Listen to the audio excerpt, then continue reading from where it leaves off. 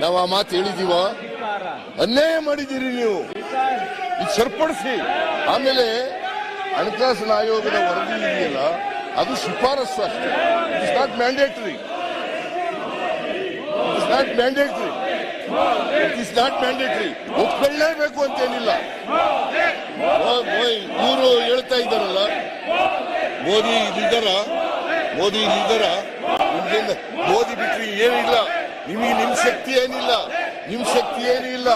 ಇವರೆಲ್ಲ ನಿಶಕ್ತರು, ರಾಜಕೀಯವಾಗಿ ನಿಶಕ್ತರು, ಏನೂ ಇಲ್ಲ. ಮೋದಿ ಹೆಸರು ಮೇಲೆ ಜೈ ಶ್ರೀರಾಮ್.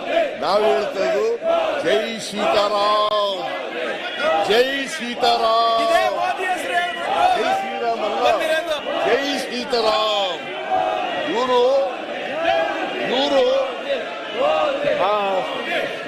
ಶ್ರೀರಾಮ, ಸೀತೆ, ಲಕ್ಷ್ಮಣ್, ಆಂಜನೇಯನೇ ಬೇರ್ಪಡಿಸ್ಬಿಟ್ಟಿದ್ದಾರೆ.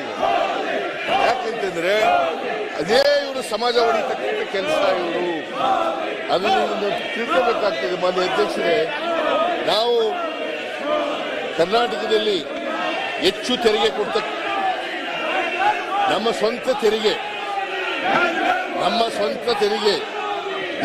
ಎಷ್ಟು ಕೊಡ್ತೀವಿ, ಎಷ್ಟು ಖರ್ಚು ಮಾಡ್ತೀವಿ ನಾವು ಅಂತಂದ್ರೆ 78% ಸ್ವಂತ ತೆರಿಗೆ.